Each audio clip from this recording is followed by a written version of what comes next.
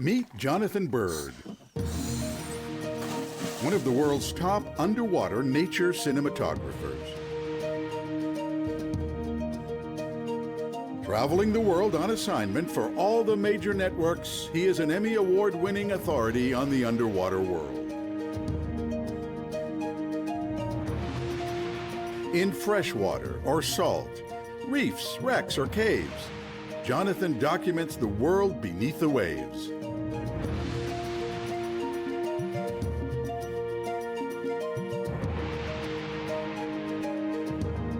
Welcome to the Blue World.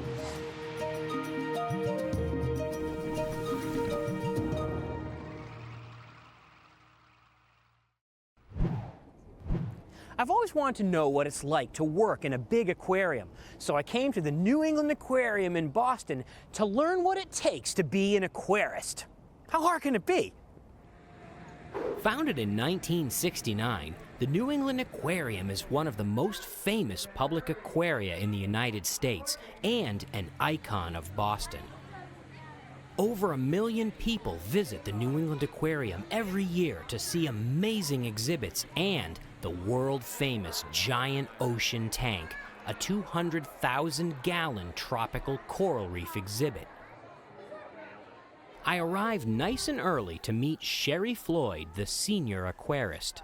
Hi, Sherry. Hey, Jonathan, how you doing? Good, how are you? This is my coworker, Elisha. Hi, nice to meet you. She's going to be spending a good portion of the day with you today. Oh, great. Whip you into shape. Lucky you. Okay, we're going to be feeding sharks in the giant ocean tank today, but before we do that, you're going to have to earn your dive in the giant ocean tank. Uh-oh. We're going to start by scrubbing the floor. So come with me. I can hardly wait. Shh, people work here. Dozens of aquarists work here, and I'm going to find out what it takes to keep the exhibits running by becoming an aquarist in training. I must look smart because they start me right away on an important job. Being an aquarist is hard work. Soon, Sherry recognizes my natural talents and moves me up to something with much more responsibility. Okay, ready? I'm an aquarist in training, baby, right here. But cleaning the drain is definitely paying my dues. You know,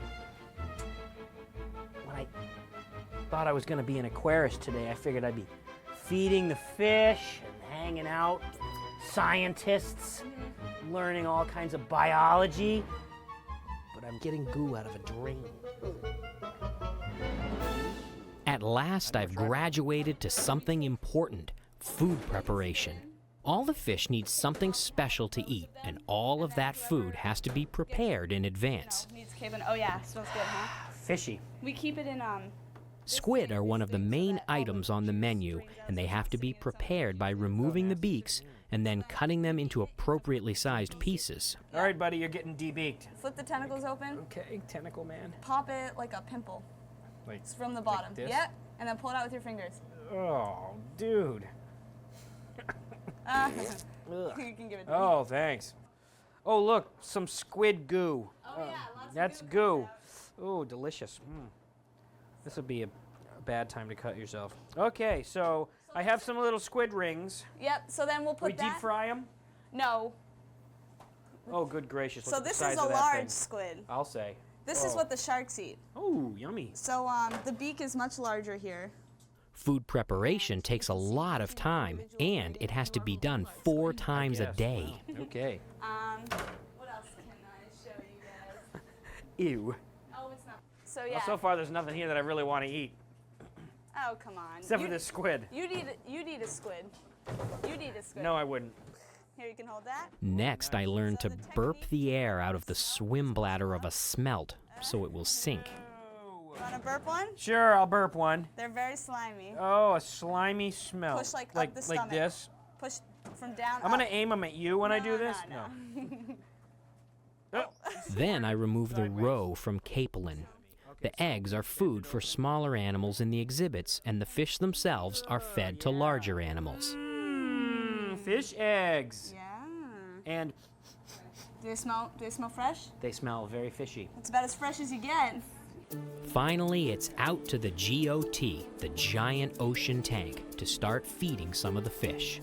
I'm surprised to learn that the fish are hand-fed. It's hard to believe that with this big tank, we have to actually sit here and feed specific fish. You can't just throw the food in. You have to actually pick and choose which fish you're feeding. That seems like a lot of work to me. Here you go. Oh yeah, good job. Finally, Sherry gives me a briefing on what to expect in the GOT, and I start suiting up for my dive. Outside, it's the middle of winter in Boston, with temperatures below freezing, but I'm getting ready to do a tropical dive. I check my camera, and it's off to the dive site. And off I go. Down the hallway and through the double doors.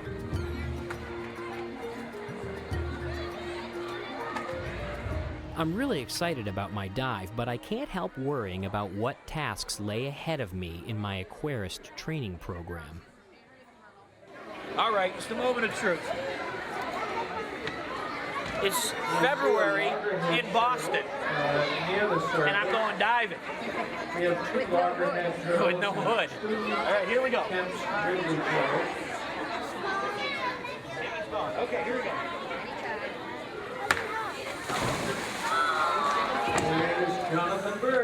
I hit the warm water with a splash while hundreds of people watch and head down below the surface to swim with the fish in this enormous fish tank.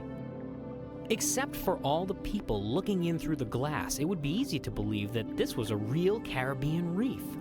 There are so many fish and the water is so clear, I feel just like I'm diving at some beautiful Caribbean island.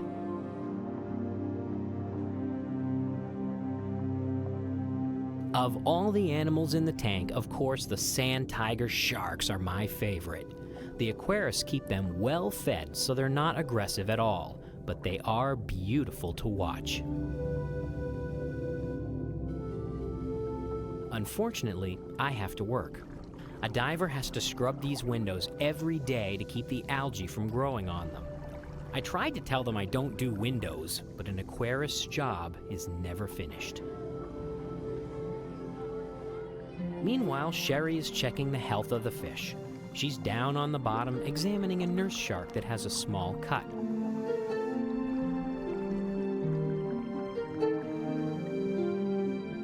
When I finally finish the windows, Sherry demonstrates how she feeds the sand tiger sharks. They aren't always hungry since they're fed regularly, but the aquarists use a pole to feed them because when they do decide to eat, you wouldn't want your fingers anywhere near those teeth.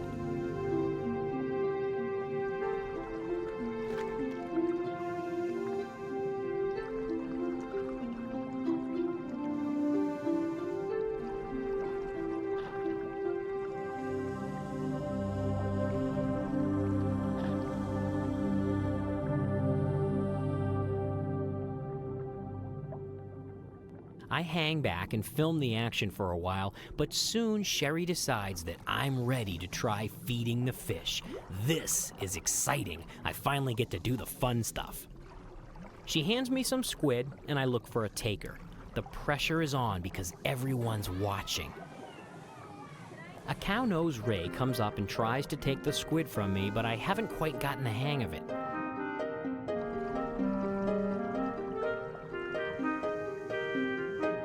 The ray gives up and moves on. So I try feeding the nurse shark using the pole, just like Sherry showed me. But talk about getting the cold shoulder.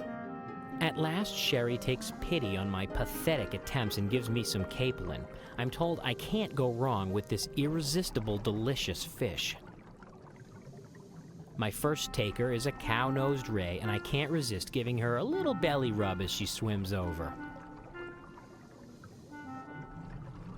I must be doing something right because she takes a lap around the tank and comes back for more.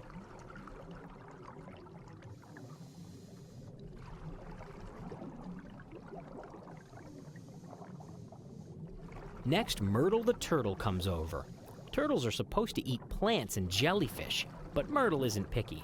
As you can see from her figure, she likes food.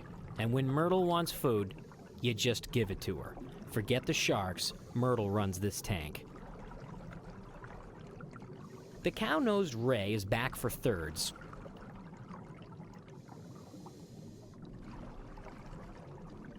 Aren't they cute?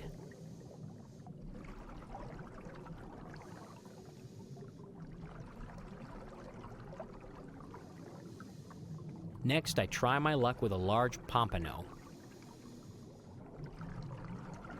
With all the fish fed, my job in the GOT is finished, and I head for the surface. It's been a long but thrilling tropical reef dive right in the heart of Boston. I head back to the swim step. Reluctantly, I must get out of the water. That was great. 3 sharks, and none of them would eat anything from me. They don't like me. Back in the dive locker room, I can enjoy a nice clean shower, and I know that the drain won't get plugged up. So what did I learn? Being an aquarist is hard work. It's not all fun and games. Much of the job is devoted to prepping food and cleaning exhibits. But if you love the creatures of the ocean, few things can beat the fun of working with animals like this. And if you're lucky enough to spend a few hours a day diving in the giant ocean tank, well, this just might be the best job in the world. The ocean is full of amazing fish, like this school of surgeonfish feeding on algae on the reef. Colorful anemone fish, or this school of sweepers hiding in the coral for protection. One of the most beautiful but rarely seen fish is the Mandarin fish, found on coral reefs of the Pacific. Mandarin fish are extremely shy and only come out of the reef at dusk to mate. I'm here in Micronesia on an island called Yap, one of the best places in the world to find mandarin fish. And this evening I'm going on a dive to see if I can find a few.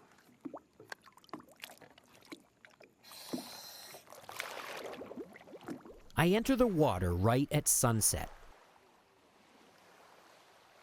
As the light levels get lower on the reef, the daytime fish feed before they must hide for the night. A lot of changes take place on the reef at dusk.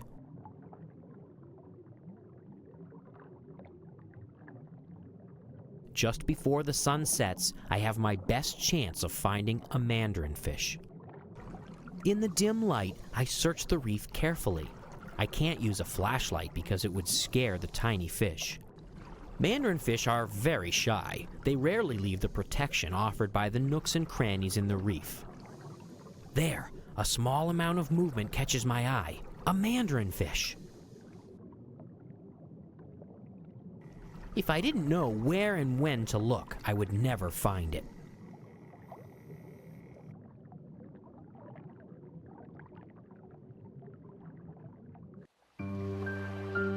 As the sun sinks lower in the sky, the light levels drop, and something magical happens. The mandarin fish peeks out to see if the coast is clear. These reclusive fish only venture from the safety of their coral home to mate, and they only do it in a narrow window of time at dusk.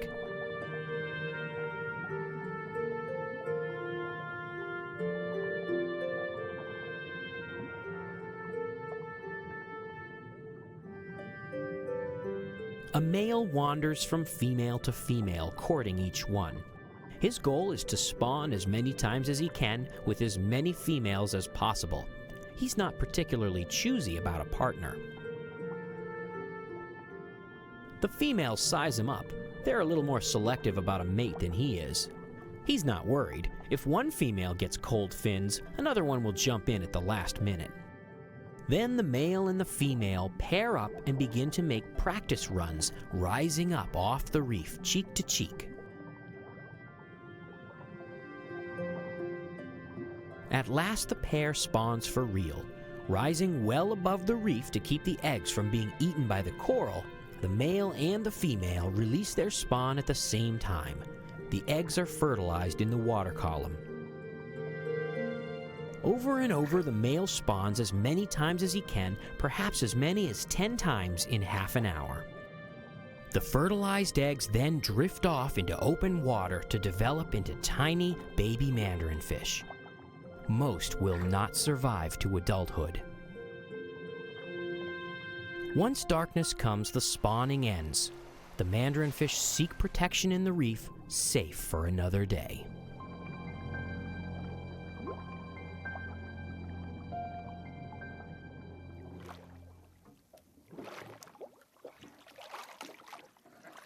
Well, it's after sunset and the mandarin fish have finished mating for the night and gone back into the reef. They won't come back out of the reef till tomorrow night. So for now, it's time for me to go to bed.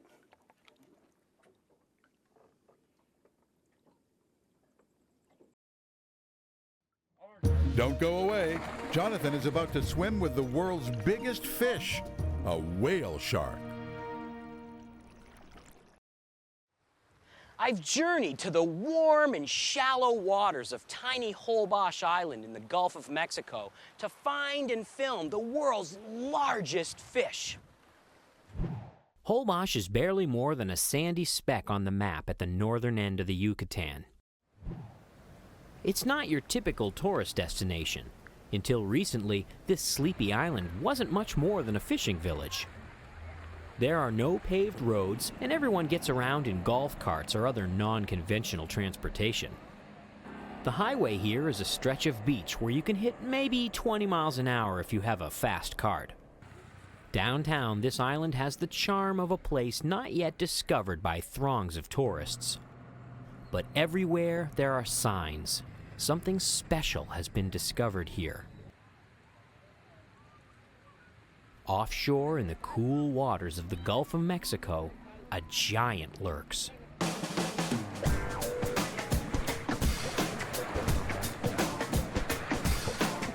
I get up early to meet the boats to take me and a few other intrepid snorkelers on the adventure of a lifetime.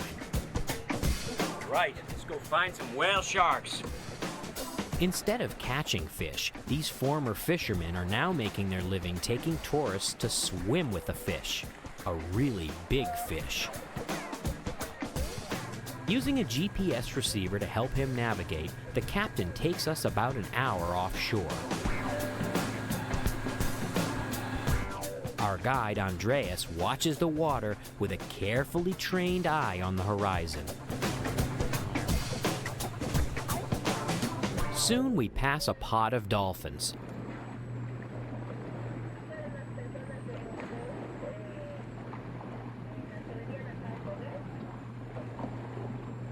They circle the boat a few times to check us out, then vanish. Then we come across a group of eagle rays frolicking at the calm surface. I've never seen eagle rays doing this before. I'm not even sure what they're up to. But after a few minutes, we have to move on. We put the boat back in gear and keep looking. A ripple up ahead catches Andreas's keen eye. As we approach, we find a giant manta ray feeding right at the surface, mouth wide open.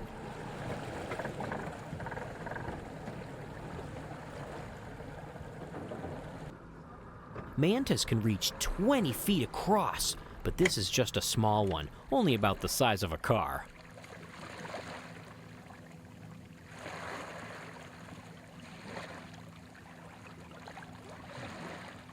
Finally, Andreas spots what we're looking for, the huge head of a whale shark sticking up out of the water. As we pull the boat up alongside the shark, I can see its massive mouth open and funneling water in like a gigantic storm drain.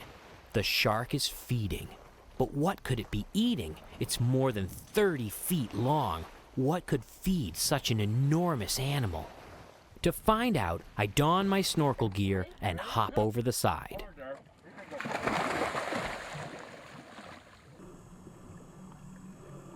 The whale shark passes right in front of me. The water is not very clear, and this is where I get my first clue what is going on here.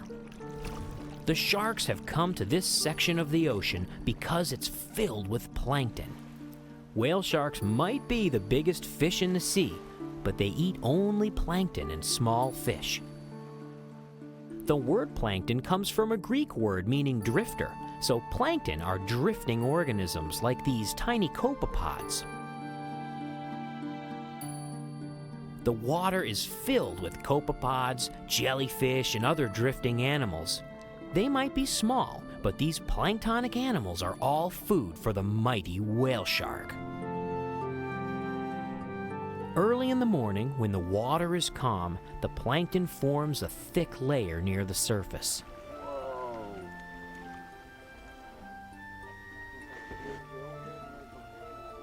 He's just surface feeding.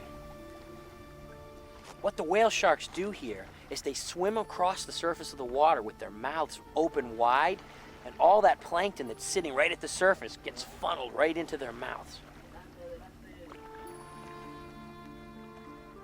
The enormous mouth swallows up huge quantities of water.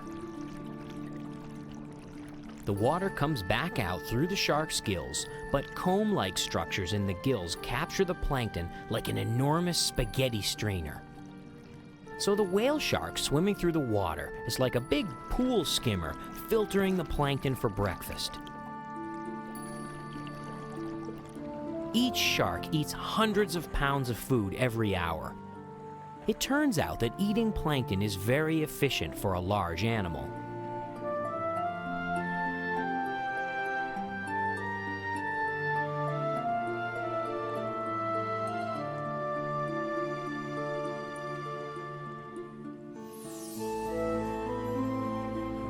Conditions here around Holbox Island are perfect for plankton in the summer. The plankton makes the water really murky, but all that food attracts huge schools of fish.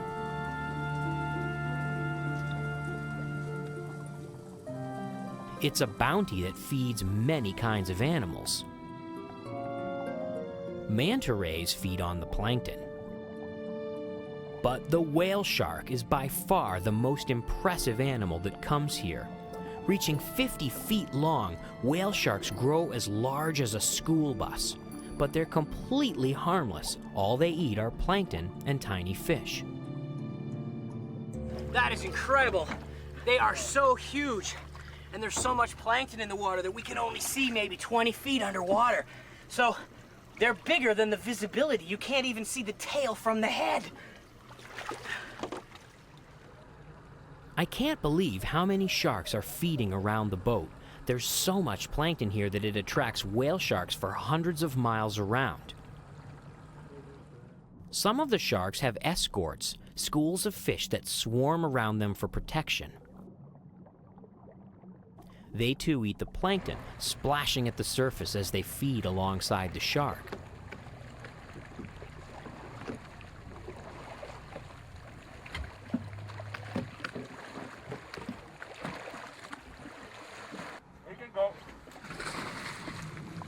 But when I swim over to investigate, they hide under the shark as if it were a huge swimming reef.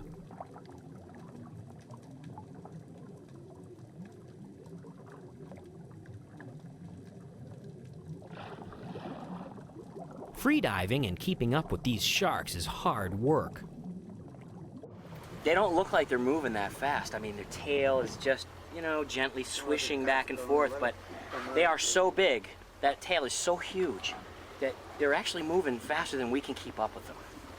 You swim as hard as you can for about 30 seconds and then you're pooped and you give up and off they go.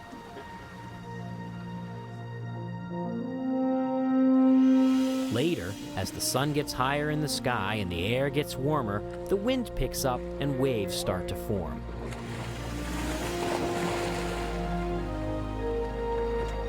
The plankton layer dissipates, and the sharks get harder and harder to find. They're diving deeper, out of sight.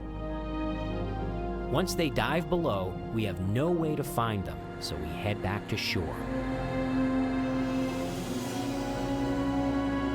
My trip to Holbox has been a tremendous success and a lot of fun.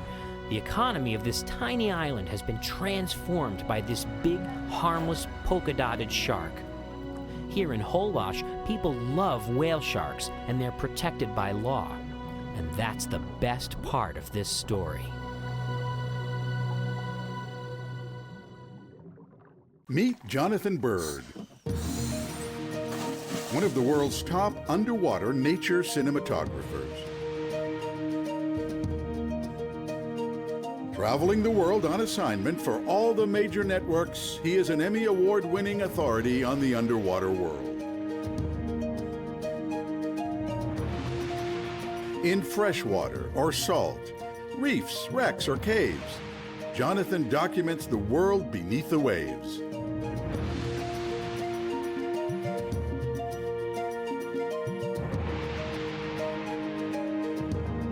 Welcome to the Blue World.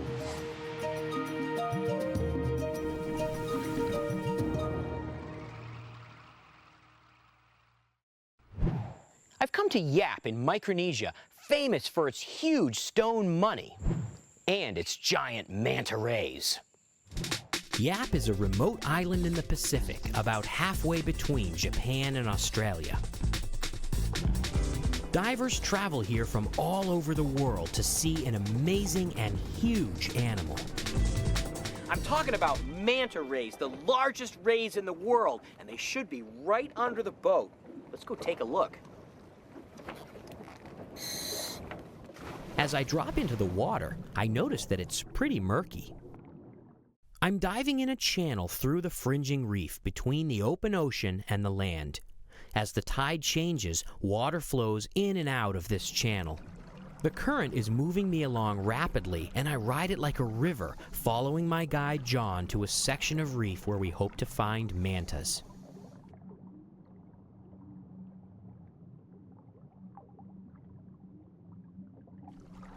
I tuck into a position at the base of a coral head, out of the current, and wait.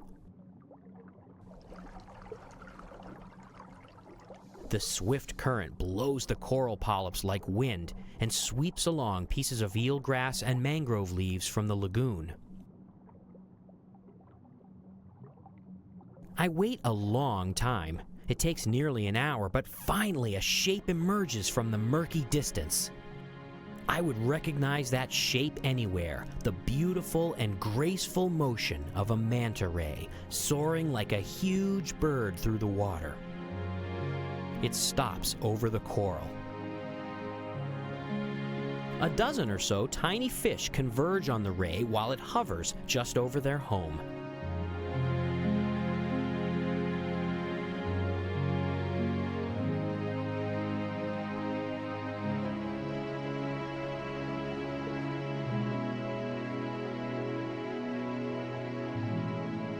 The fish are cleaner wrasses. They pluck parasites from the rays, and this coral head is known as a cleaning station. It's a great symbiotic relationship because both the fish and the rays benefit from it. The fish get a meal of tasty parasites like copepods and scraps of dead skin, while the manta ray gets rid of parasitic annoyances that can cause infection.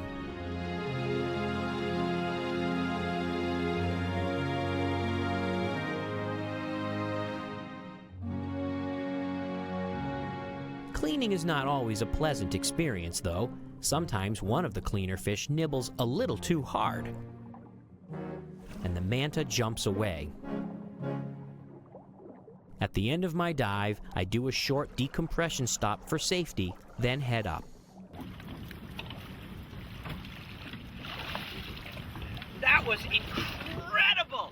The current was really strong. It was blowing me back. I could barely hold on. The manta ray was just flying gently into the current, holding his position over the cleaning station.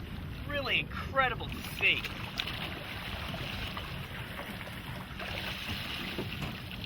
It's no coincidence that the mantas like a little bit of current while they're being cleaned. Mantas, like all rays and sharks, have no swim bladder. A bony fish can hover in mid-water perfectly still because it has a swim bladder to control its buoyancy. Sharks and rays sink if they stop swimming. The enormous wings of the manta, reaching 25 feet across, allow them to fly through the water like a bird. And like a bird, if they stop flapping, they'll begin to glide towards the bottom. The mantas come to the cleaning station at a particular time, but it has nothing to do with the time of day. Like a runner on a treadmill, the mantas require just the right amount of water movement so they can swim in place to be cleaned by the fish. They follow the timing of the tides, preferring to be cleaned just before or after slack tide when the water is moving, but not too fast. This manta is holding its mouth wide open so the cleaners can go inside.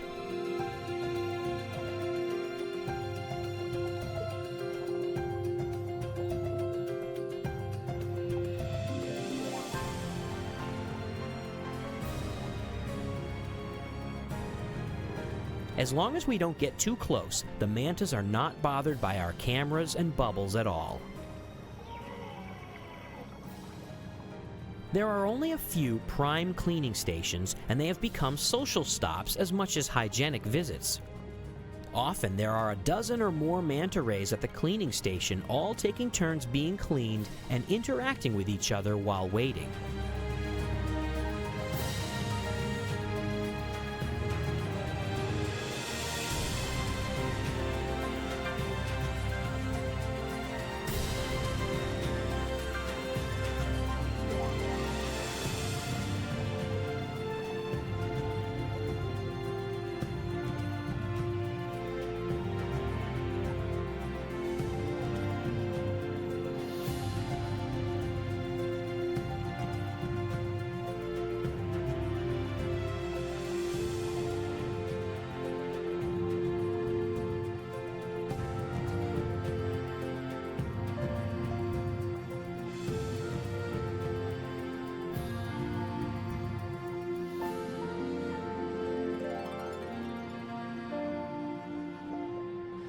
Each manta ray has a unique pattern of spots on its belly, which can be used like a fingerprint to identify individual animals.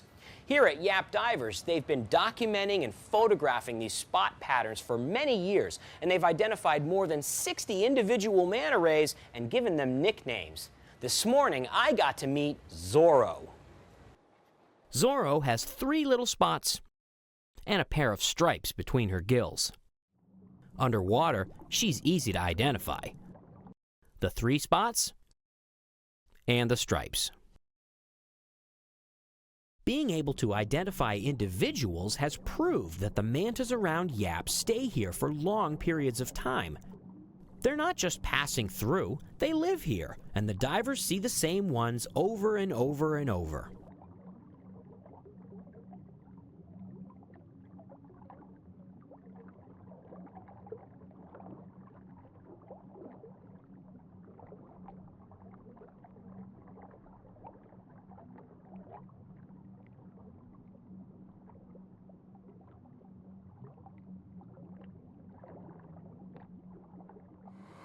Yap has more to see than just mantas, though. I cruise over to the other side of the island to explore the outer reefs.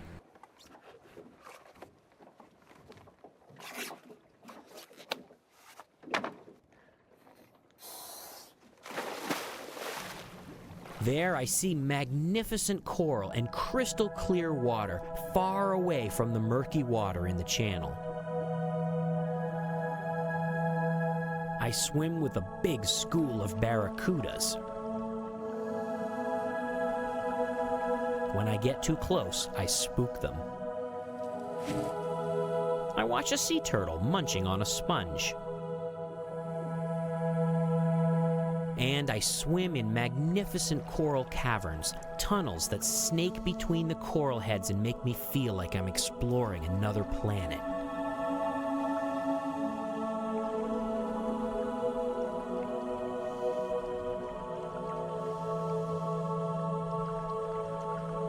Yet at the end of my dive, as I emerge from the cavern, I see another manta ray flying over, far from the cleaning station.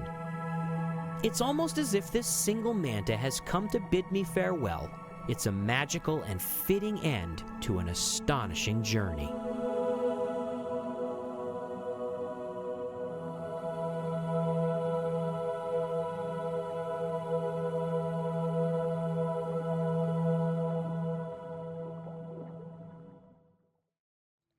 On most of my dive expeditions, I'm just going down to observe, but today I'm on a rescue mission. I'm going to rescue some juvenile fish. This might be hard to believe, but if I don't go get them, they will surely die. You see, every year, millions of tropical fish eggs from the Caribbean get caught in the Gulf Stream and take a ride up north where they hatch and grow for several months. And a lot of these juvenile fish end up here off the coast of Rhode Island, a long way from home, more than 1,000 miles from the Caribbean. The problem is that when winter comes and this water gets cold, they'll die. Even if we don't have our So every year, the New England Aquarium Dive Club organizes a tropical fish rescue. People come from miles around to try their hand at collecting tropical fish for the New England Aquarium exhibits. So I've come down to give it a try, but I'm a little concerned because I've photographed a lot of fish, but I've never caught fish. I don't really know how to do it, and I'm concerned about actually hurting the fish. So I'm here with Michael Shrubin, who's an expert in collecting tropical fish, and he's going to help me out. Now, Michael, can you tell me, is this hard? I mean, what do I need to know? It's not hard. The biggest thing is to be calm. I've got all the tools, and I know where the fish are. I can show you how to do it. All right, let's go. All right.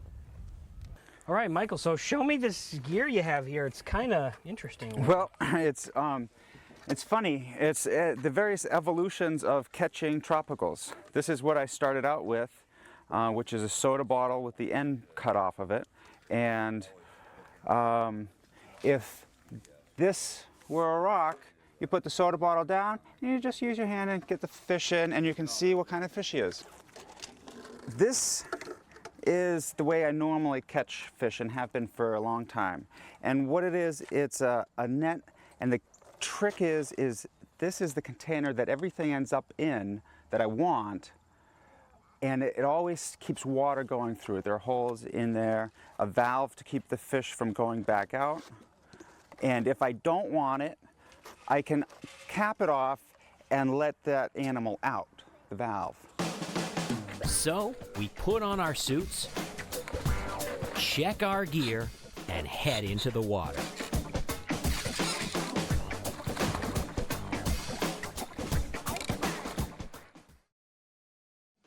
The fish are small and they hide in the rocks in very shallow water, so Michael inches along looking closely at the bottom in search of them. Then his eye catches a juvenile butterfly fish, a baby tropical fish that looks out of place in New England. I watch as Michael easily catches the fish in his net. Does the fish have any idea of its fate as it descends through Michael's apparatus? Who knows, but one thing is certain, this little fish will die if we don't rescue it. Now it's my turn. I grab my net and start looking. Then I see what looks like a pea with a face bobbing in the water. It's a juvenile boxfish. I coax it into my net. This fish is so tiny, I'm afraid of hurting it, so as you can imagine, I'm very gentle. I slowly work the fish all the way down to my bottle.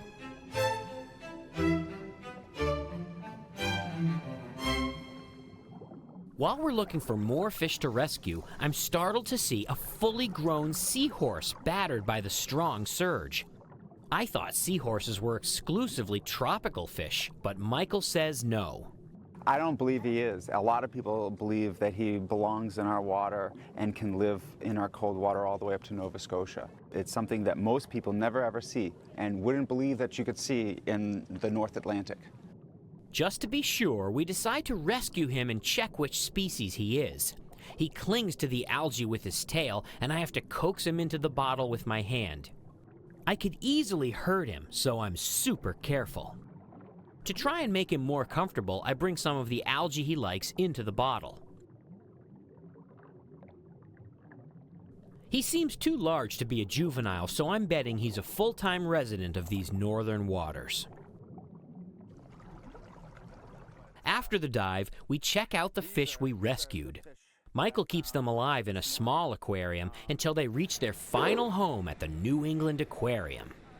They will start out in a smaller tank, but as they grow, these fish will eventually end up in the 200,000-gallon giant ocean tank, the main attraction at the New England Aquarium. These three amigos will be on their way to the New England Aquarium within hours. The seahorse, as it turns out, is a local, so we'll let him go. It's been a long and perilous journey from the Caribbean, but thanks to the many volunteers, these fish have been spared a certain death from the cold winter water here in New England. Turns out these guys will survive their ordeal and probably even thrive in their new homes. Don't go away. Jonathan is about to go eye to eye with a really big tiger shark. The tiger shark, one of the world's most feared and dangerous sharks. It patrols the shallows of tropical oceans looking for a meal. But what would it be like to dive with a tiger shark? How would it react to a diver? I'm going to investigate tiger sharks. I'm going to do it without a cage. My adventure begins when I board the Dolphin Dream in West Palm Beach, Florida. This boat will be my home away from home for a week. We begin our journey by crossing the Gulf Stream on a course to the Bahamas. It's an 8-hour journey across some very rough water. It's 55 miles of the open Atlantic Ocean between Florida and the Bahamas, and it can get pretty rough out here. Captain Andy drives the boat through the swells all day to reach West End, Grand Bahama, where we go through customs and then continue to a secret spot called Tiger Wreck. We anchor the boat securely. We will sit here for the whole week looking for sharks.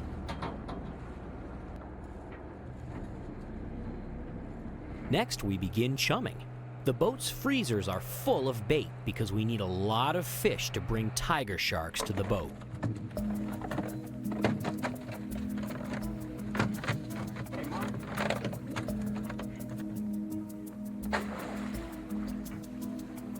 Within only an hour, sharks start coming to the boat. 6, 7, 8.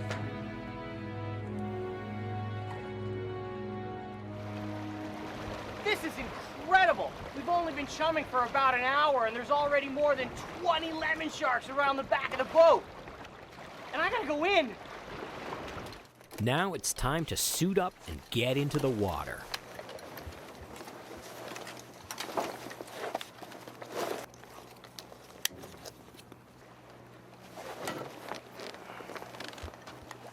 I'm wearing a black wetsuit, black gloves, and even a black hood, because underwater, skin looks like fish. And the last thing that I want is for the sharks to think my hands are pieces of fish they can eat. So I have to go to this length to make sure that I have no skin showing. I guess this is the part where I have to go in the water.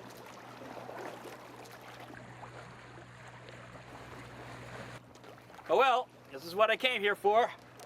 Geronimo.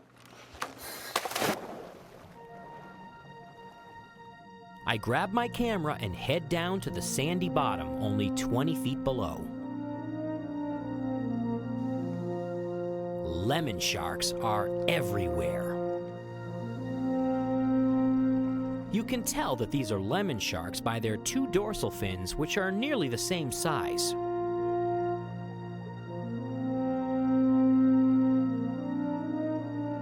You might be wondering why they call them lemon sharks. I mean, they don't really look like lemons. They call them lemon sharks actually because they have yellowy skin and it really has nothing to do with lemons. There are also many fish around the boat that are attracted to the chum.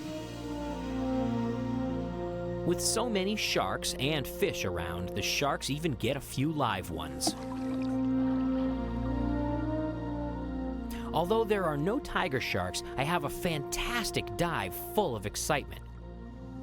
I head back to the surface for a rest. Whoa! That's a lot of sharks! Wow! I think that's the most sharks I've ever been in with at the same time. And the ladder is probably not a great place to hang out. Woo-hoo! Whoa, that was incredible. I can only imagine what it's gonna be like when the tiger shark shows up. Woo! We will continue chumming and hope the tigers pick up the scent. Meanwhile, the lemon sharks just keep coming, and the water around the boat is starting to look downright frightening. Later, after sunset, I start suiting up again.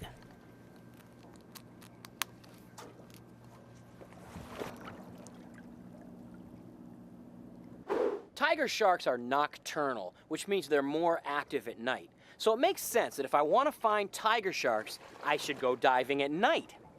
There's really only one small problem with that. It's dark. Oh well. Here goes.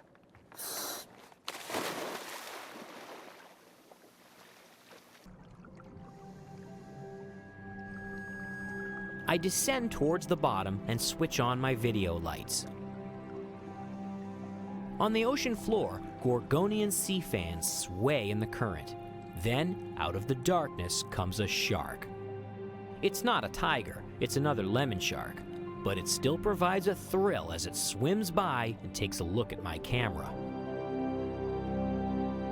The lemons seem just as active at night as they are during the day. I wonder if they ever rest.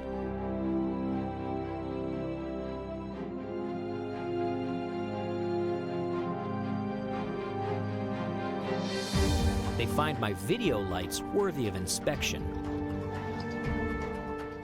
After an hour underwater in the dark, I surface without finding a tiger shark. I guess we just need to chum and wait. Tiger sharks can be elusive. Whoa! That was amazing! I have to tell you, no tiger sharks, but the lemons are pretty spooky at night. The next day, I head back to the bottom once again.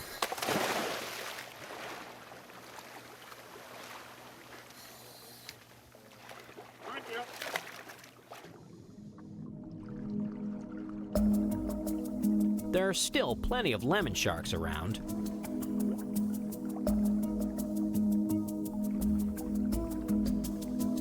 But then, a shape in the distance catches my eye. It's a tiger shark! At last, a tiger shark has appeared. It takes her a while to get comfortable with divers in the water, but eventually she approaches closer to investigate me.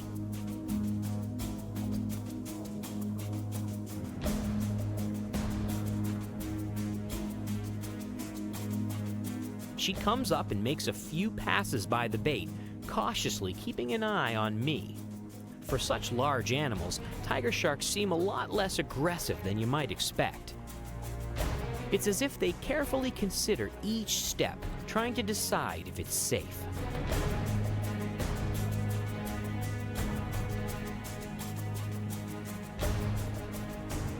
Finally, she comes right up to a huge piece of bait and takes it away in one bite.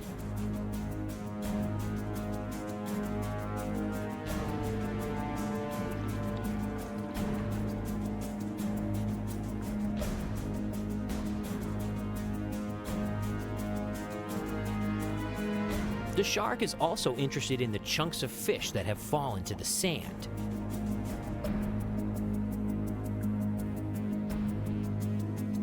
As the sharks go by, I take the opportunity to compare the two species. There are several differences between the tiger shark and the lemon sharks. Besides the different type of dorsal fins, the tiger shark also has a broader, flatter head and the distinctive tiger stripes for which they're named.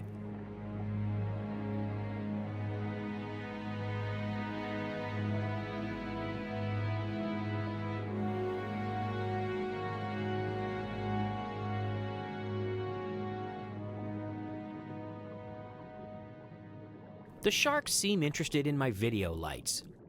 Even though they're not being used during the day, the white housing of the lights probably looks like a piece of fish to the sharks, and they often come up to closely investigate them.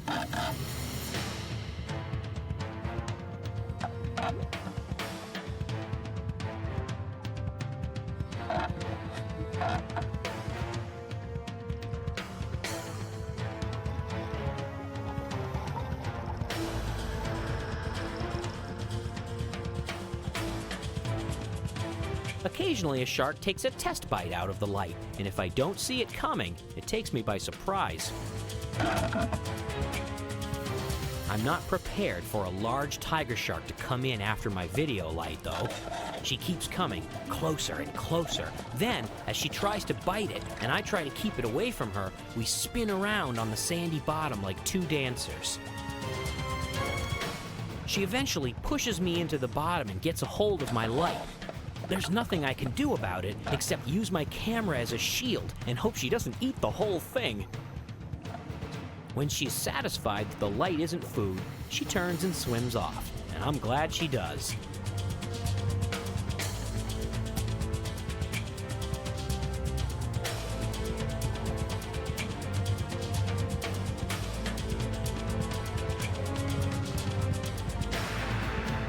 That was a little bit too close for comfort, and that's the reason we wear dark clothing and gloves when we dive with sharks. If that had been my hand, I would be in serious trouble right now. I head to the surface, impressed by the strength of the large tiger shark, and ready to escape the sea for a while. I've enjoyed many adventures in the ocean and many exciting encounters with sharks, but this one will stick with me for a long time.